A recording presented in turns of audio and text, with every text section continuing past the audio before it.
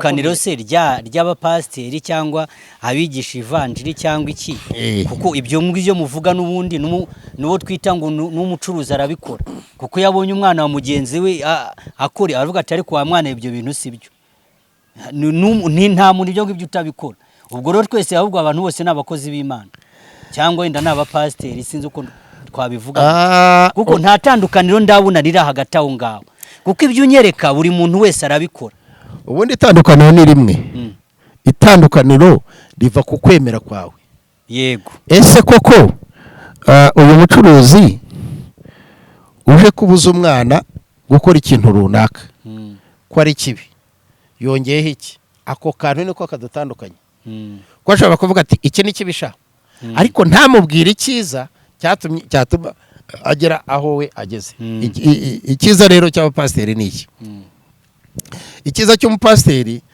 akenshi ni gake ashobora kwigisha yiganishaho cyane sibyo kuko kuri nge hari n'ibyo utakurikira byinshi wambonaho Izina rya Yesu abakunzi b'umuco n'umuryango Family TV ndetse n'isengesho TV uyu munsi turi kumwe n'umushumba Pastor Karemera James nanjye ni Pastor Kenny ndagira ngo tuganire uyu mushumba hari ibibazo byinshi abakristo abizera abatizera bakunda kubaza kubigendanye n'iyobokamana Pastor mbere yuko dusenga iyobokamana iyo abantu bavuga iyobokamana bavuze iki icyambere humvikamo kuyoboka kandi hayoboka uwayobye nuko baba barayobye noneho iyo bayobotse ubwo byuzuza ijambo rimwe iyobokamana none iyo bavuga iyobokamana ko kenshi bakunda kubyerekeza ku madini ya gikristo kandi n'abasenga imana zindi ubwo ngo ndavuga babandi bavuga ngo ni imana zihe nabo bazita imana iyo uvuze iyobokamana gusa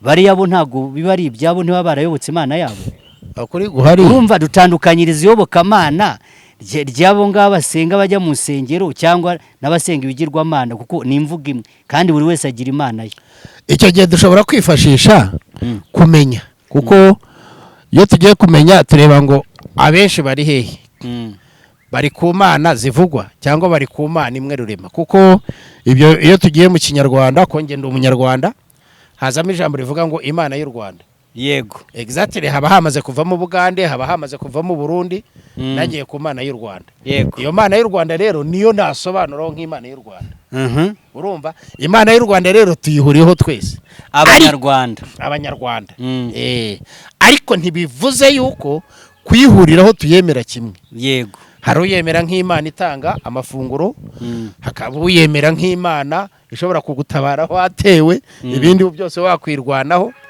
ariko byose igisobanuro kimwe ni imana mu mwuzuro wayo rero ni imana uko waba uyemera kose birangirira kuri yo kuko niyo dusaba kandi none se n'abariya niyo baba bavuga abo ni abahe rero buriya abo ni abahe kuko hari ugenda akavuga ngo haruraguza bivuga mu mazina rwose kandi yaraguza kandi akavuga ko ari imana ari mu gusenga ye none twanamubwira iyacu bakavuga ngo ni imana ngo y'abazungu cyangwa y'abanyamahanga mu by'ukuri ikomeye muri zose kereka nuvuga ko ari imwe kwanza uzuzi nizingahe ngewe nzi imana imwe kandi ikomeye sibyo ahubwo tukayivuga mu bitandukanye nkuko mu mutwe wacu haba hatandukanye yego kuko iyo abana bagiye kwiga umwe abo wa mbere undi akaba wa nyuma so rero uriya wabaye uwa nyuma aba afite uko yize ariko umwarimu yari umwe yatwigishaga n'ikigwaga cyari kimwe ariko ko cyabaye uwa nyuma nge nkaba uwa mbere sibyo aho rero dusubiye no ku mana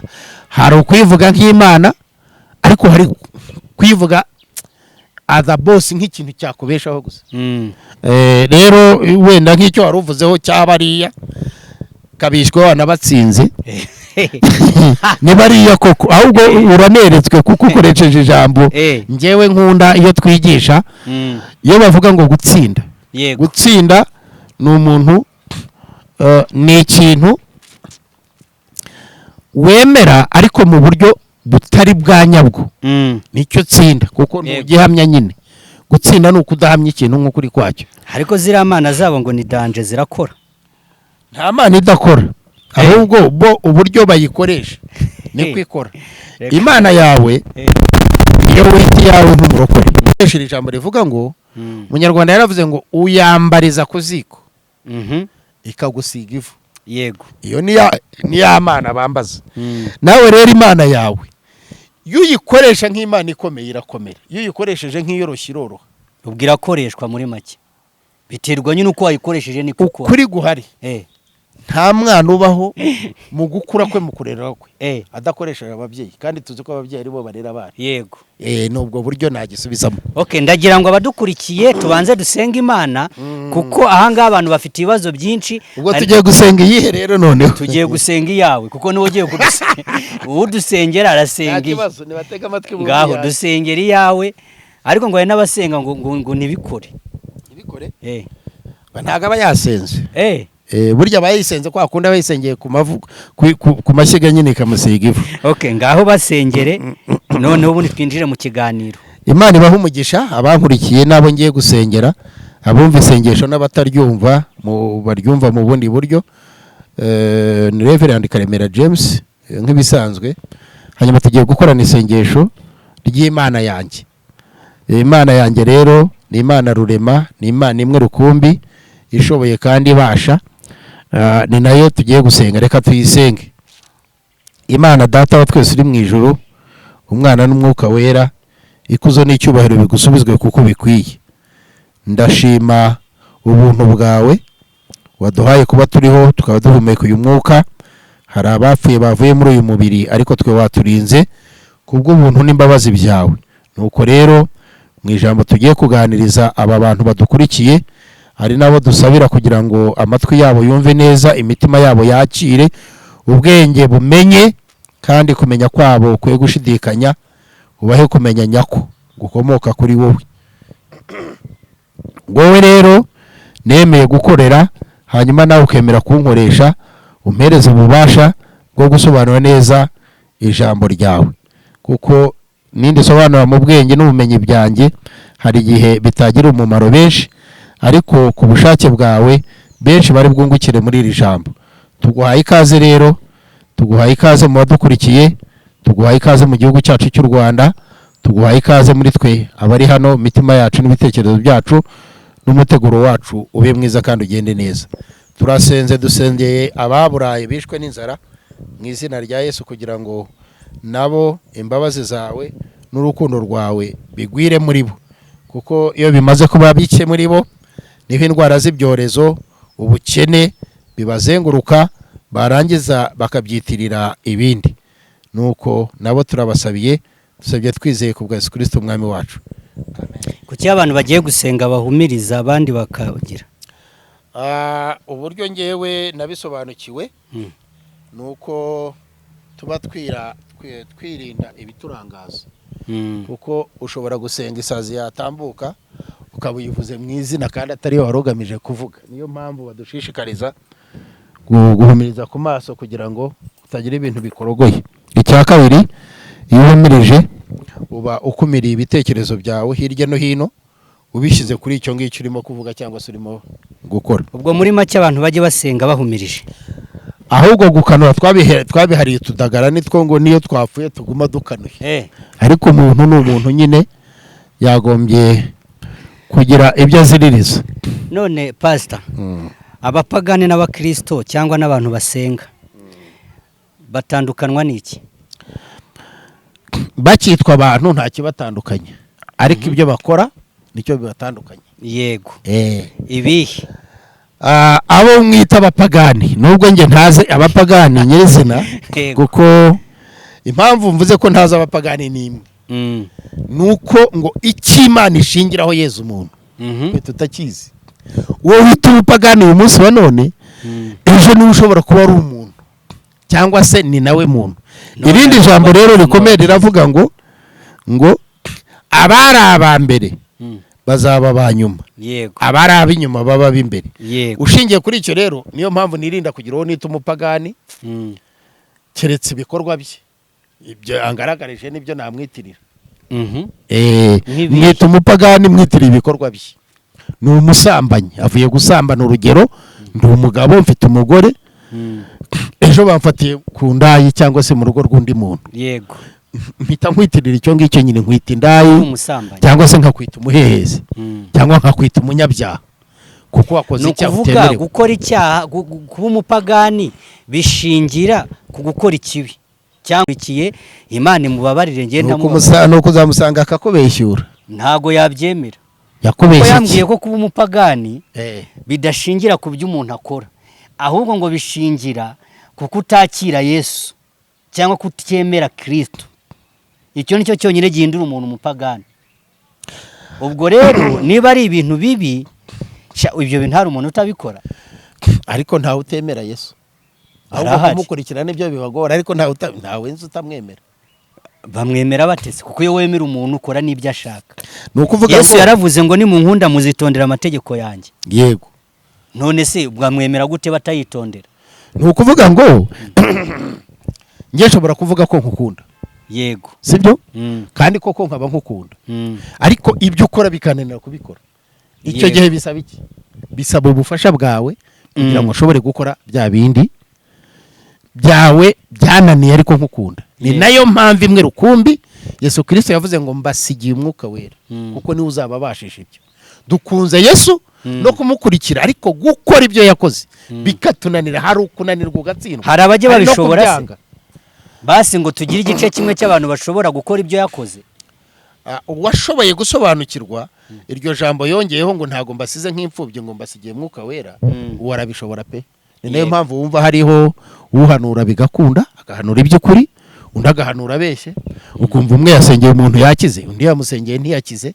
Ni naho ngaho. Nuko hari uwabishoboye kuko yashoboye gusobanukirwa icyo Yesu yavugaga hariya.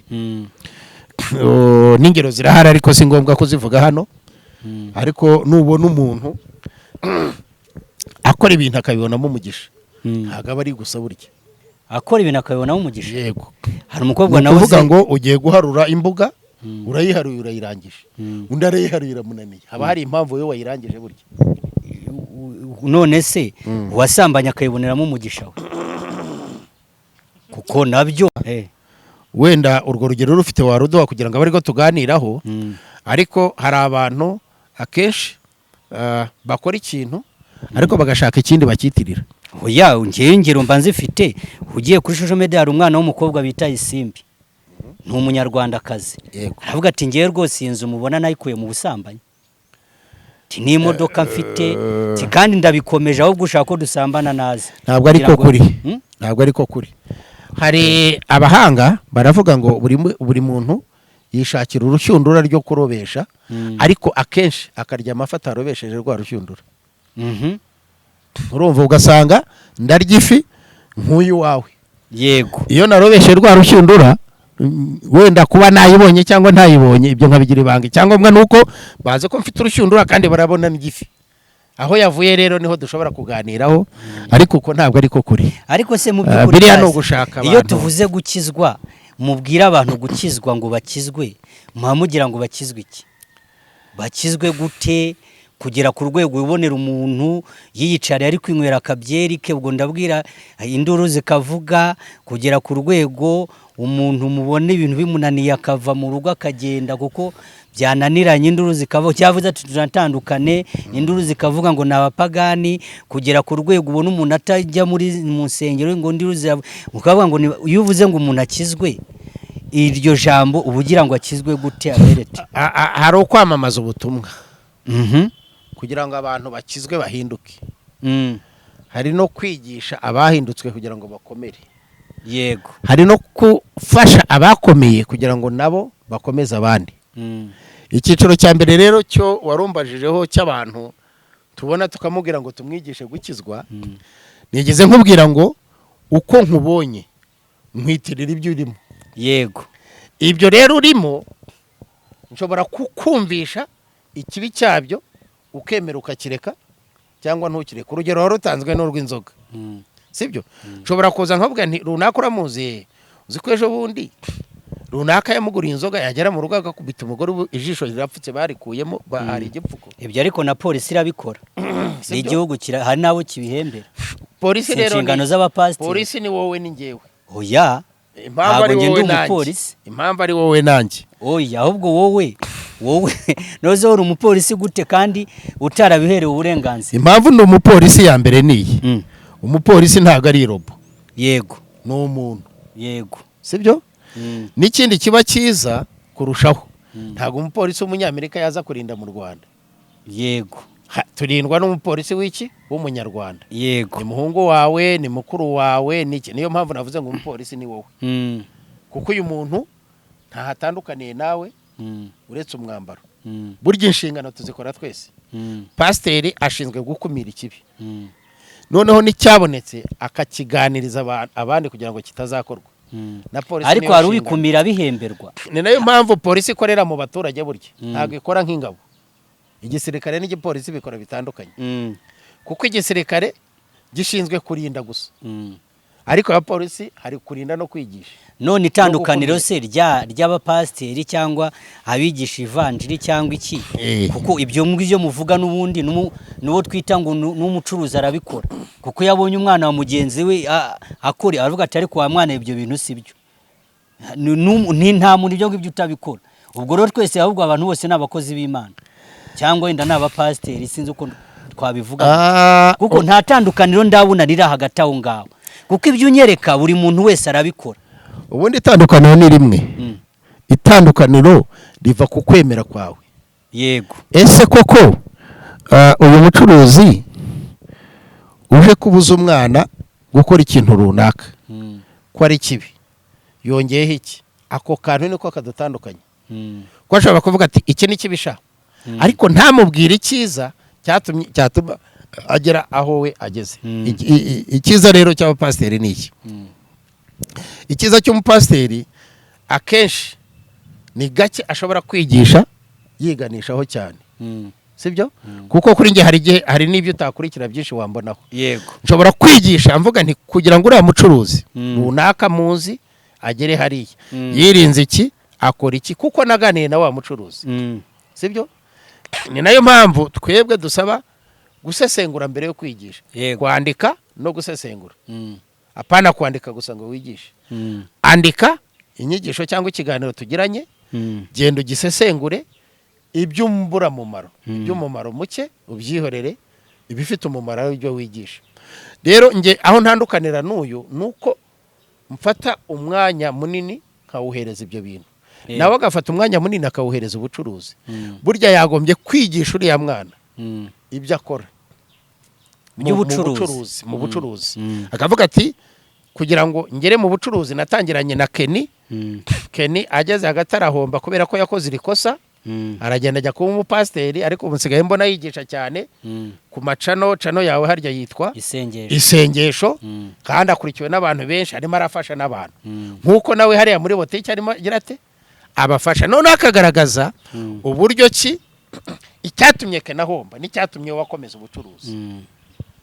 Hanyuma ibyo kujya mu ijuru, umwanya wo gusesengura kujya mu ijuru cyo ni ikindi. Kujya mu ijuru twese tuzarijyamo, abanyarwanda si n'abanyarwanda gusa, ariko niba ushaka ko tuvuga ku banyarwanda, abanyarwanda bose bazajya mu ijuru. Nawe se kwa Satani ntawe uzajya kwa Satani, kuko bigaragara nk'uko hazarangira. Urumva, iyo turebye biriya tubona kwa Satani hazarangira, habaye hahari ntabwo habura abajyayo. Ikibazo ni uko hazarangira, kuko ku mpera y'isi nyine kwa Satani hazazima nicyo gisobanuro cyonyine. Oya, wenda ikinejeje ahubwo abajyayo ubwo baba bajyayo ubu ngubu, ariko icyo gihe cyo ntawe uzajyayo kuko hazaba harangiye. Ari abantu bajya bigisha wa mugani uko wahoze ubivuga, bakigisha ngo bamwe bazajya mu muriro ngo abandi bajye mu ijuru. Oya, kandi twabonye ari ukurangira kw'ibintu byose. None se bizaba byarangiye, ujya mu ijuru azajya mu ijuru, utarijyamo arangira azime se ntagira ahantu ajya. Ubwo aho ari ubu niho azaguma. Oya, kandi iyi si izavaho nyine, ubwo azavanaho nayo.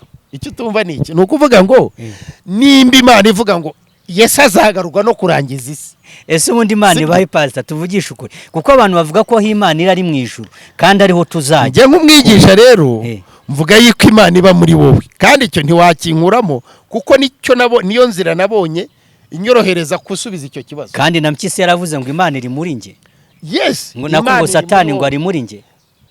Exactly. Barabana neoneho. Ni nayo mpamvu bavuga ngo ikizazana Imana ni ukurangiza imirimo ya Satani iri muri wowe. Barabana ni ibintu bibiri erega ubwo rero baracuditse kuko ntabwo wabana n'umuntu ushobora kubana n'umuntu mutaganira ubwo Imana na Satani kwirebye Bibiliya ubona habagaho ibiganiro bya Satani n'Imana ngo nuko nguriya muntu ngo mbone impamvu ngo akubashye cyane nuko bigenda bike ese abo bantu baga batarimo kuganira ubwo rero nukuvuga abayoboke ba Satani n'ab'Imana nabo baje banicudikira babane nta kibazo barabanira ntago wajya kubigisha kubana kandi babana kuko iyo umupasiteri cyangwa umukristo agiye guhura n'umupagani kugira ngo bakore icyaha runaka sibyo icyo niko kwihuza gusanzwe baba bashyize ku karubanda ariko ubusanzwe baba bari kumwe n'ubusanzwe apu noneho bya bintu byoroshye kivuka mu gitondo ngo kibe ubwo rero urumva ko bya bintu byoroshye nta muyuda nta mugira iki nta muyuda nta mugira iki urumva rero ibyo ari byose abantu badukurikiye ahangaha baba bashaka kwibaza mu by'ukuri rijura abantu batubwira kuko hari abantu benshi bagenda bapfa mu byo bari bararetse bakagenda batandukira Bibiliya se yivugaho iki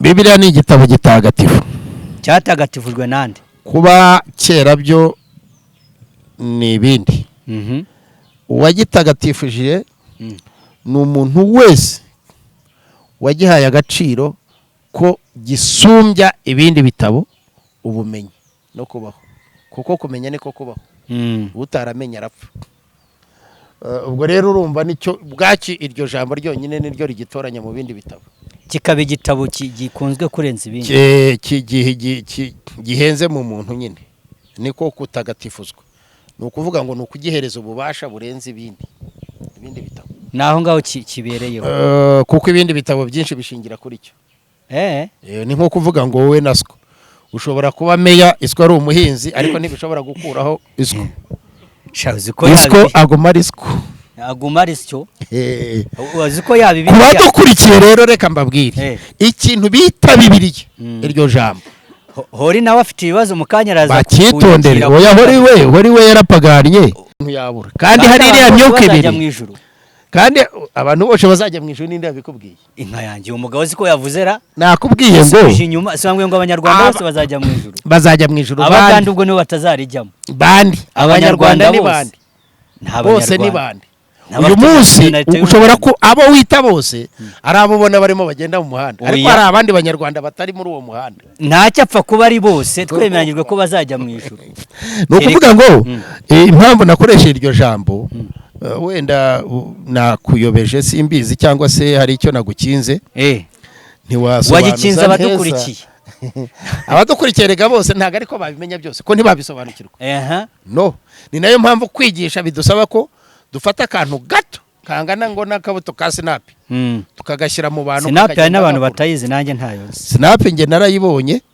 nimba ariyo kuri simbizi ariko byibuza nayishyizeho n'amaso ndayibona hari umuhanga w'umuzungu mu Finland wayitweretse twafashe hafi umunota cyangwa se 2 kugira ngo tugere kuri ako kabuto bikurikije n'uburyo yari yaragapfunyitse none ikintu wakinze ni iki icyo nakinze hano ni iki abanyarwanda bose urumva iyo tuvuze mu kinyarwanda bose gutyo kwa ujumura niko mu Giswahili bavuga burya ni ikintu kibi ni ikintu kibi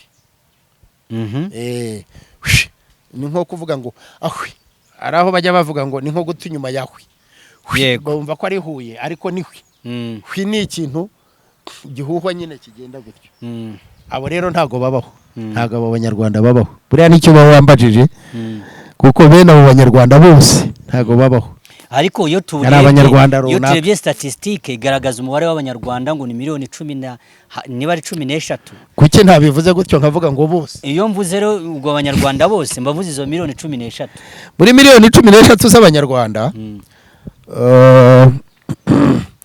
ntabwo bose ariko bajya mu ijuru kuko na nyiri iryo juru yabivuzeho yavuze iki urumva yaravuze ngo nta muryango nimvuga umuryango wenda uri bwumve nyobye ariko kuba dukurikiye kugira ngo tubafashe yavuze itorero ariko itorero niwo muryango nyirizina yavuze ngo nta torero nta muryango utazavamo iki umugeni kuki atavuze ngo utazagenda nuko hari bizasigara ari ibishobora. ubwo ntitugera aho ngaho uraza kwerekana icyo umuntu yakora kugira ngo ajye mu ijuru. Ntacyo bitwaye ningira bo mbona mbyereka ariko kuko n'ababyereka barahari bahori bose ntibabikeneye.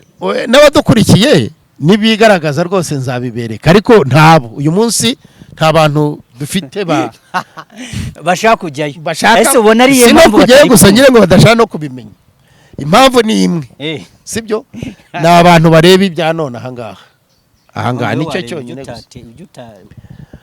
Iyo ushaka kubaho rero ureba hirya y'ibyo ureba. Kureba hirya y'ibyo ureba ni iki? Ni ukuhibaza, ntabwo ari ukureba yo ngo urungurukeyo n'amaso. Uravuga uti ubu ndifite imyaka 40 irenga. Mu myaka 80 icya mbere mu Rwanda ntabwo bazaba bagikoresha amashanyarazi aya ngaya asanzwe atwika nagira gute. Bazaba bakoresha imirasire y'izuba ufite ubushobozi wenda bwo gukurura urumuri rwinshi rugashyira muri solar ugacana. Yego. Abanyarwanda icyo gihe ntawe uzaba ukigenda n'amaguru. Hazaba hari uburyo bwo kwicara kuri ka kantu, hari utuntu njyamo n'abana bagenda tw'amapine. Yego. Akarageraho kakamutwara gutya. Buri munyarwanda azaba kariho akagatwara, wenda yagera hazamuka akazamuka n'amaguru cyangwa se nako kakahazamuka. None ukavuga uti njyewe muri icyo gihe nzaba meze nti. Ubwo iyo watangiye kubyibaza rero nibwo watangiye no kujya no mu ijuru. Urimo kugenda uryinjira rwose ruba warigezemo. Ariko abapasiteri bafite ibintu barimo gushinzwa ngo ntibagikora inshingano zabo neza. Hari igihe usanga aho zikorerwa ariho hadahari, aho zikorerwa n'abazikorerwa. Kuri igihe nka James nka pasiteri navuga ko hadahari. Abapasiteri sinabavugira, n'umuvugizi wabo kuko bafite umuvugizi. Uyu munsi ngira ngo ashobora kuba akiri Dr. Mbanda nimba ntibeshye. N'uwa pasiteri cyane uwarike. N'uwa pasiteri no umuvugizi wa pasiteri. Ahagarariye pasiteri nyine. Abavugira hese ubundi. Abavugira muri government no mu nama zitandukanye. Ubwo rero azabe ntuzi. Ariko azaba umudepite. None yarakwiye ubundi yarakwiye kuba ubundi umudepite nariki ni nyito zishyirwaho kubera icyo bashaka kuvuga. Rero nawe yitwa Riki. Ubwo ni inyito ye yo kuvugira aba pasiteri. Umudepite nawe nyine inyito ye yo kuvugira rubanda muri leta. Ariko none ibyanditswe byera ngo byahumetswe n'Imana. Ariko burya nibyirabura nabyo niyo. Nibyirabura nabyo niyo. Nimba bihari. N'Imana kuko uvuga ibyera nta sobanuro nimba hari n'ibyirabura. Kuko tuzi ko nta na kimwe kitaremwe n'Imana. Yibira ko bagiye yongerera cyangwa ukayigabanya. Ni ukuvuga ngo umuntu uvuga ngo ibyanditswe byera. Ese hari n'ibyirabura nabibwira abantu babimenye. Bamenye ngo baririnda ibyirabura bajye mu byera, cyangwa uhakanye ibyera arajya mu byirabura. Ariko nimba adafite icyo gisubizo ubwo n'ibyirabura nabyo byahumetswe n'Imana. Ariko ngo ni Bibiliya bivuga ko hari ngo ibyanditswe byera byose ngo byahumetswe n'Imana. Bibiliya ngo bigira umumaro ngo wo kwigisha abantu ngo no kugira iki, kandi ugasanga ahubwo kugira ngo bige ugasanga ntibabishaka. Ariko tugiye mu kuri kw'ijambo ry'Imana nanone abantu baravangiwe ku rwego rwo hejuru. Satani yarushije Imana imbaraga. Ntago yayirusha imbaraga. Ntago yayirusha imbaraga, ahubwo abantu bagwishije ibyaha. Abantu bagwishije ibyaha kubera yuko kirazira baraziruye nyine ntago bakitinya kirazira. Kandi Imana yashyizeho kirazira kugira ngo ikomeze ikumire gutinyuka no gukora ibyaha byinshi. Dore y'abantu bamaze gutakaza nature yabo, indangagaciro yabo, inkomoko ari byo twita gakondo n'iki, nta nicyo burya bagitinya. Ibintu byose arabizirura nyine agakora amahano. N'ubu turi mu gihe cy'amahano. Iki kinyejana cya 21 nicyo ukurikije no mu gusoma nicyo cyihariye muri ibi binyejana. Uhereye nko ku kinyejana cya 15 kuzamura, iki cya 21 nicyo kibaye danger cyane, nicyo kibaye ikibazo gikomeye cyane, nicyo gikomeye. Satani ari gukora niho ubutinganyi bwagarutse. Ubutinganyi ujya kure usanga muri bya binyejana bya kera. Niho gutinyuka gutesha agaciro ibintu by'Imana niho byiyongereye. Ahandi wasangaga bitesha agaciro no mu binyejana bya kera. mu by'ukuri nyuma ya Yesu ibintu byari biri ku murongo, ariko uyu mwaka umwaka bambe iki kinyejana cya 21 cyabaye kibi cyane, ariko nicyo cya nyuma kibanziriza kuza kwa Yesu. Iyo turebye amateka n'ibyanditswe tubona yuko hashobora kuba hasigaye nk'ibinyejana. Iyo wavuze guhuza ubwo byaba ari ubuhanga nabangoye barimo kudukurikira kuvuga ngo imyaka 10 imbere y'Imana no umunsi umwe. Yego. Iyo wavuze ngo hazabaho imyaka 10 mbere yo kuramuka kw'isi, yo ni nko guhuzagurika. Yego. Urumva kujagarara kugira ngo akayunguruzo kagashungure neza. Nibyo turimo gusatira. Nabwira abankurikiye ko mu by'ukuri igihe gisigaye ni gitoya gusa ku bariho none, ku bazaba hejo bakita ukundi, kuko nta myaka nkurikije ibyo negeranya by'ibyegeranyo ishobora kurenga 700 iriho. So rero nk'umuntu uzi ko afite imyaka 74 ngira ngo ubu niyo umunyarwanda ashobora kuba agezeho mu burame, bitabuze ko hari abari mu ijana, nawe yagateguye urugendo rwe hakiri kare rwose rwo kwiyeza no kwiyunga n'Imana. Ngiye mfite ikibazo kimwe bibiri birabazwa na Hori. Ukunda kwigisha ku bintu bijyanye n'umuco n'umuryango, ariko kurushaho kubyigisha n'abandi babikora, ahubwo nibwo umuco n'umuryango birushaho gusenyuka.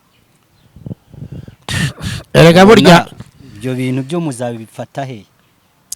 Abanyarwanda baravuga ngo ibuye ryabonetse ntago riba rikica isuka. Iyo ryabonetse ariko riboneka ryari, riboneka isuka yamaze gucika n'ubundi, kuko nibwo uhita ukurikiranye ikintu kikwica isuka kumenya icyo ari cyo, ugasanga ni ryabuye. Yego, sibyo? Ariko ubaye hari ukuntu pima mbere ukaribona, ya suka yawe ntiyapfa. So rero habaye icyo kintu cyo kwirara, isuka irabanza irapfa. Sibyo? Noneho tujya kureba icyateye isuka gupfa.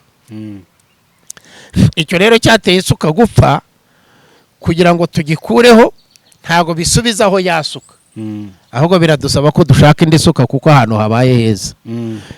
Impamvu rero turimo kwigisha bikarushaho kuba bibi ni iyo ngiyo nyine, ni ukuvuga ngo ntabwo dukureho ryabuye ngo duhondahonde yasuka isubirane ubuzima.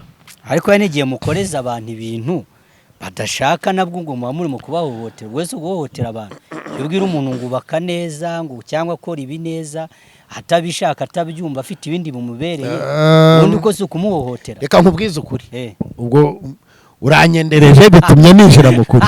Sibyo? Ibi byose twigisha tuvuga bijyanye n'umuco cyangwa se imibanire y'abantu kugira ngo babeho neza, ni ku neza yacu, ntabwo ari ku bwabo. Ntabwo ari ku bwabo. N'uwigisha igisambo kureka kwiba, ni neza yawe yo kugira ngo utibwa nawe. Niyo mpamvu ukomeza kandi ubona ntayo. Exactly. No kuvuga ngo ni wigisha umuntu kureka gusambana, ni neza yawe kugira ngo n'uwawe ejo adasambanywa. So rero nta kintu gikorwa mu isi kitarimo inyungu yawe. Uburenganzira bwe ntiyabuheregera bwo guhora umwigisha. Uburenganzira bwe rega wibuke ko buraguhutaza, kuko uburenganzira bwe buguhutaza. Niba yisambanira kiba, arasambanya ndi mwene runaka, yototera mwene nde, mwene runaka. Gusambana si icyaha. Kuki abishaka? Gusambana mu Rwanda si icyaha. Gusambana ni icyaha kiba, ahubwo kinahanirwa n'amategeko y'u Rwanda. Umuntu gusambana, ijambo gusambana, fata umuntu ku ngufu. Umva amategeko y'u Rwanda bajye bayavuga banayazi. Nukurongorana. Gusambana ni icyaha gihanwa n'itegeko. Ese gusambana ni ikibanza tunadusobanurire. Gusambana, reka tubwire abadukurikiye yuko icyo ngicyo tuzakibasobanurira, ariko nerurira abankurikiye, amategeko y'u Rwanda ahana ubusambanyi. Cyagusambana ikirenga kuri icyo rero, ubwo wenda nibo batazi icyo aricyo, ariko ikirenze kuri icyo abantu bajye banamenya n'amategeko y'igihugu. Hari ukuntu bavuga amategeko y'igihugu ukabona kisa naho kiriho kitagira amategeko gifite. Noneho igihugu cy'u Rwanda cyo amategeko yacyo ni nk'ay'Imana, ni nk'ay'ijuru. ushoboye gusobanukirwa no kuba amategeko y'ijuru, amategeko y'igihugu cyacu wayuzuza 100%. Rero gusambana bifite inyito yabyo, biba gusambana ryari cyangwa byitwa gusambana ryari, kuko hari n'ababitsinda bakavuga ngo imibonano mpuzabitsina, hari n'ababitsinda bakavuga ngo ubushukanye buganisha ku kuryamana. Ibyo bose uko byakwitwa byose, hari ikibyita ubusambanyi, hari n'igihano ubwo busambanyi byakozweho rwose. U Rwanda nakubwiye ko ari abahanga, abanyarwanda ni n'ubwoko bw'Imana rwose, byose birateguye kandi birahari. Kuba dukurikiye, mujye mukurikira cyane, mwige mumenye. Nanone kwiga utari bumenye si byiza, ubwo naho rarumviraho nawe ajya yiga agamije kumenya, ntakiga agamije guhakana cyangwa kwirengera.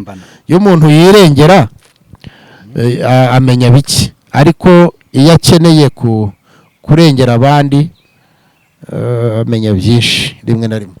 Ariko icyo nari nshorejeho nicyo, nuko kwigisha, kubwira ngo abantu muhaguruke mwigisha imiryango, ingo zirasenyutse. Uku gusenyuka kuragwiza abagore batagira abagabo, izo ziba ari ingaruka kuri ba bagabo. Uku gusenyuka kuregereza abagabo batakishoboye inshingano, ziba ingaruka ku bafite izo nshingano bakizifite. Niyo mpamvu rero kwigisha neza, kukwigisha gukora ikintu cyiza ni neza yanjye, ni ukugira ngo nanjye ntuze, nta kindi gisobanuro kirenze kuri icyo. Imana ibahereza umugisha, bari kumwe natwe, abizera n'abatizera, abakunda Imana n'abatayikunda, uretse ko abantu benshi banayikunda nuko babije. Hari abatayikunda ariko burya bayangira iki se, yabatwaye iki? Bayangira yuko itabarengera mu byaha byabo. Barengera ubuse leta yirengera abantu mu byaha byabo uretse n'Imana? Leta kuko ari umubyeyi n'Imana akaba ari umubyeyi, bikora bimwe. None babarengera mu buryo bugenwe cyangwa se butunganye. Ubwo rero ni nka bya bindi hori yavugaga, gushaka ko bamurengera muri context ye, kandi ntago ariko bigenda. Murakoze. Sawa, ngahesha abantu umugisha, dusoze iki kiganiro. Imana ibahereza umugisha, ibagwiriza uburame, ibahe kumenya no gusobanukirwa, kuko nibyo bizabatera guhinduka. Abasambanyi bari ku busambanyi bwabo kubw'ineza ya rubanda, abajura bari ku bujura bwabo kubw'ineza y'abandi, abagome bari ku bugome bwabo kubw'ineza ya benshi, abagambanyi bari ku bugambanyi. Aho Yesu ntanabikunda cyane, nimba uri umugambanyi ukaba uriho umwuka w'ubugambanyi. Imana iravuga ngo bene uwo nguwo ngo ahambirwe urusyo mu ijosi, ajugunywe imuhengeri. Imuhengeri ni ahantu hatagira igarukiro, kuko ntawe uhazi, ntawe umenya ikiriyo. Ni mu ruzi hagati, ahantu amazi ahurira. Ndagusengeye rero wa mugambanyi we, kugira ngo ureke ubwo bugambanyi, kuko Imana yakugeneye urupfu kandi rubabaje. Nubigomeza